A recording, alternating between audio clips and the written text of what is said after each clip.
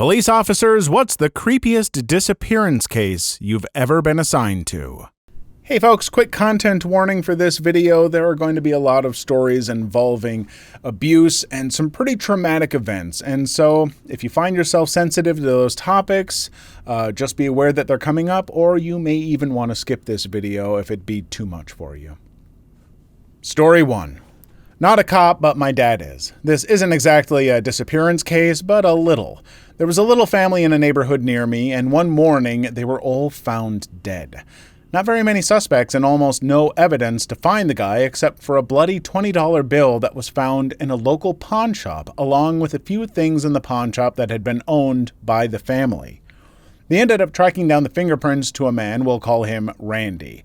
Well, Randy was nowhere to be found in his house. The police asked all his close friends and family members and eventually got the answer that he had gone on an Alaskan cruise that had been planned for months. Now, the police didn't know if he had purposely decided to murder and then leave, or if he had pre-planned the trip and then decided the murder, but at the moment, he was in Alaska, and the police couldn't actually arrest him there because it was a different state and they were Maryland State Police. And so they had to contact Alaska State Troopers and alert them that Randy would be in the area.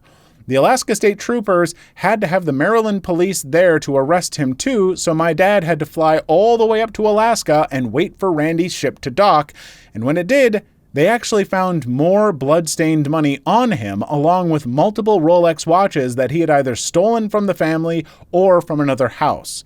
Once they arrested him, they had to chain him up and fly him back, and the pilot almost refused Randy flying on his plane, but they did eventually get home. I mean, there was a moment in that story where I thought that, this person was creating, an alibi or something. No, I couldn't have done it. I was on an Alaskan cruise, but they, ran off somewhere and, covered their tracks or whatever.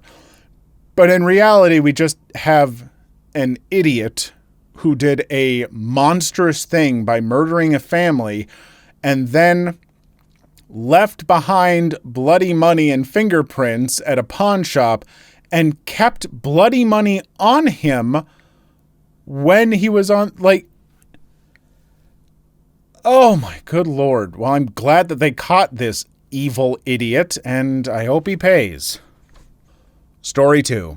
Not a police officer, but this story made me realize I don't think I could handle the stress of being one.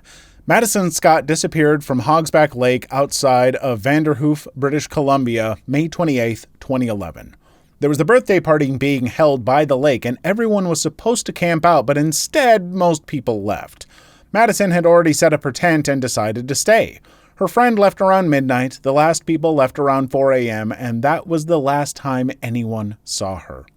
Her cell phone pinged off a tower at 8 a.m. the next morning, and then nothing. RCMP and countless people from the small towns and communities across interior British Columbia held multiple search parties. People dragged lake bottoms. Hunters went out to check hidden hunting cabins. Pilots who owned planes did massive aerial searches. Found absolutely nothing. She just vanished into thin air. I think it will always be the creepiest one for me because it was relatively close to my hometown. I knew people who knew her, and just anytime someone disappears into thin air, I realize that life can change in an instant.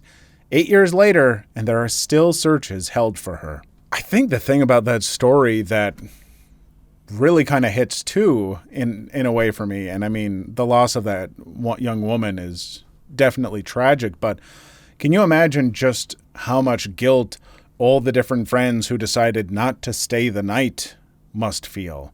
The people that were just nah, I'm not going to camp out and everything, afterwards, and of course they couldn't have known. They shouldn't feel guilty for that. But I know for a fact, if I was one of those friends and I decided not to camp and then my friend was gone, I would just feel awful about that. But I mean, I shouldn't, and those people shouldn't, but I imagine they probably do. Story 3. Not a cop, but I track missing persons accounts for a bank in coordination with the police. One day a cop called and said they wanted to track the accounts of a woman who had gone missing at the hands of a dangerous trafficker. The last transaction I could trace since she disappeared was at one of our branches. I pulled the footage, and the trafficker was pulling a bunch of money from her account. I received an alert the next day from the account stating that a purchase was made. The purchase was from a hardware store. Shortly after, the next purchase was for a carpet cleaner rental. Needless to say, cops contacted us and said they suspected he killed her, but they couldn't locate a body. Irked me. Felt like I had witnessed a murder through simple financial transactions. Story 4. Not a policeman, but my granddad was. He's in his 80s now and was in the Met Police UK for years. He's effing brilliant. So many interesting, sad, crazy stories. So, in the 1970s, he was given a case of a young girl, I think she was only 16 or 17, who'd gone missing and was part of the lead investigatory team in it. They interviewed thousands of people in the local area, a small town in Essex, UK. Turns out the girl had been basically beaten to death in an alleyway just outside her house. The killer had pushed her body through a hole in one of the fences that lined the alleyway into the garden of one of the houses. So they'd searched for her for a really long time to find out all the while her body was lying in a rose bush in one of the neighbors' gardens. Super creepy if you ask me. It turned out that when they caught the guy, he was responsible for another killing of a young girl, also in Essex. I wish I knew more, but there's really little information about. I do know the girl's name was Coral Vidler. Story 5. Not a cop, but I did my undergrad at a college in Vermont. In the winter, we would quite literally be snowed under. Over Christmas break, a sophomore went missing. He wasn't a close friend, but we had a couple of classes together. It was a small liberal arts college in a small town, so everyone in the community was pretty freaked out. His phone and wallet were left in his room, so the theory was that he's been abducted and maybe even killed. Campus got really scary for a few months. There were police everywhere, helicopters overhead, students marching through the snow in lines looking for a body. Finally, when the snow and ice thawed, they found his body in the creek. Police surmise he entered the water from the bridge in town, but no one knows if he jumped or was pushed. This one still haunts me. I mean, jumped, pushed, or even just slipped and fell in. Folks, if you're in an area that gets like a lot of snow and dangerous temperatures, be careful out there. I live in Minnesota, and it gets scary, and sometimes when we live in those kind of conditions, we just sort of think like, nah, I can handle it. I've lived here, but sometimes you can't. So be careful out there. I don't know that that's what happened to this person. It's tragic no matter how you cut it. But yeah, just for the rest of you, be careful out there. Story 6. Not a cop, but had a pretty effed up disappearance happen about a mile away from where I live. A girl went missing. She was 12. The whole town, state police, and I believe possibly the FBI all got involved. Search parties in the woods and through the streets for about 2 or 3 days. Turns out she had gone over to these kids' houses that she knew from school to have them fix her bike. Turns out the kids, brothers one 15 and the other 17, planned on stealing it. Well, she put up a struggle, and the one brother wound up strangling her in his basement. She was found a few days after she went missing. They stuffed her body in a trash can on trash night. Story 7. The one where a man left his fiancée a detailed financial instruction sheet, including the cancellation code for their Netflix subscription, with the following line at the bottom: "They found the kitty stuff again." Story 8. I'm not a cop, but in my hometown near Savannah, Georgia, just a month or two ago, a 14-year-old girl was missing for 2 weeks before it was reported. One of the neighbors was concerned that she hadn't seen the girl in so long, and after a while the police figured it was the father and stepmother. They brought out the dogs and found a grave just off the property where the girl had been buried, and they ended up finding her brother too, who had also been murdered by their father 2 years prior at the age of 14, who he said had moved out of state to live with their mother. Nobody ever questioned his disappearance, but the father and stepmother had apparently been abusive their whole lives and pretty much kept them locked up. I just struggle so much when I hear about parents who could do this to their children. And to take it beyond just abuse to actually killing their children is just one of the most awful things I think I could ever imagine. And I feel terrible for any kids who would ever have to put up with anything like this, and for the kids that are lost. So, folks, if you're worried about the kids, you know, their parents seem abusive, stuff like that, if you have reason to, give a call to CPS, Child Protective Services. You might just save a life.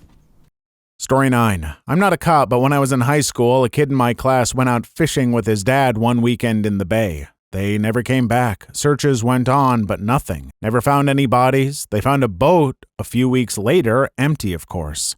It's been 8 years and nothing has ever been found. It's assumed they fell overboard, maybe in some rough weather, and drowned. They were both avid fishers and could swim. Weird that no bodies were ever found or washed up. Story 10. Not a police officer, but in my state, 2 school kids went missing. Later, they were found, minus the kidneys. Organ traffickers from Bangladesh. The internet of the whole state was blocked for 3 days to stop the mass panic.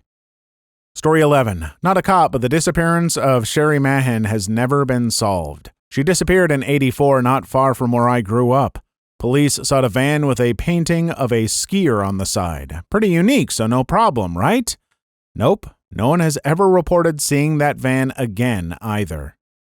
Story 12. Dealt several times with a young mother who would always go missing for a few days and leave her child with relatives. Several missing persons reports over time. Turns out she was shacking up with her PCP-dealing boyfriend in a nearby city. One day the lady walks in and says her daughter was kidnapped.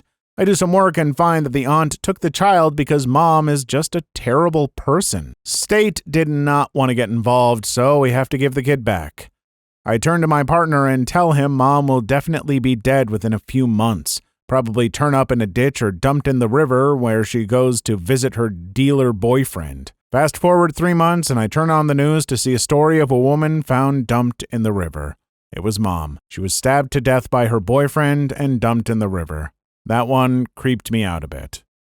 Story 13. Not me personally, but other officers in my department. A 70-year-old female with dementia would often leave her home and go for walks around her property. One day, she never came home, and it should be noted that we live on an island 30 miles out from the rest of the United States. State police, K-9s, our entire department, news helicopters, Coast Guard helicopters, and boats, Marine Division all searched land and ocean for these women. We reviewed security footage at the airport and steamship ferry to see if she boarded either to leave the island, but she didn't. She was never found, and to this day, we don't know what happened.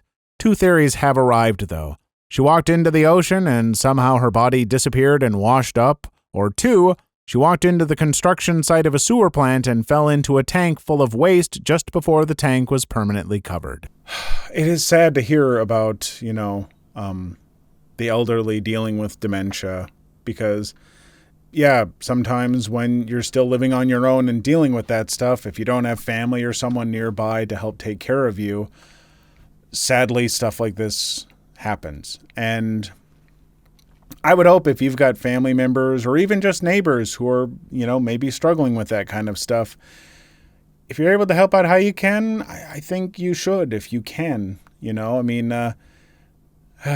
Communities got to be good about that. We got to be good about checking our neighbors. Not to say that maybe her neighbors were and she just wandered off a time when nobody saw, but I don't know. Any little thing that you can do to help might help more than you realize. Story 14. Not a cop, but back in my home state, there was a little girl that went missing on her way to school. It was huge news because the family was cleared pretty quickly. Like a week or so later, they find part of her body in a field. Then this 19-year-old guy's mother noticed a smell in his room, finds the rest of the little girl, and calls and has him turn himself in. This case always stuck with me. Story 15. My partner and I were called to the apartment of a man whose girlfriend disappeared. Weirdly, he claimed he had this coffee table that made things disappear if they were left on it overnight. He theorized that his girlfriend must have fallen against it during the night and disappeared by the table. Of course, I thought it was pure bull, but my partner says he has the same table and thinks it may be true. We never did find out what happened to her. Story 16. Brandon Lawson. He ran out of gas on the highway in the middle of the night and called his brother to come help him. Shortly after, he called 911 and reported that someone had chased him into the woods and that he needed police. Eventually, his brother and one police officer arrive at the scene and find his truck abandoned, but no sign of Brandon. Brandon calls his brother and says he's bleeding and is 10 minutes away from his truck. That was the last anyone ever heard from him, and searches of the area turned up empty. Story 17. College Blotter. Upset student activated emergency pillars and talked to officer on speaker. Said she was being chased by unknown people. No one was at the scene when officers responded. Please leave your story in the comments. I would love to make a video on them in the future. Also, don't forget to like and subscribe.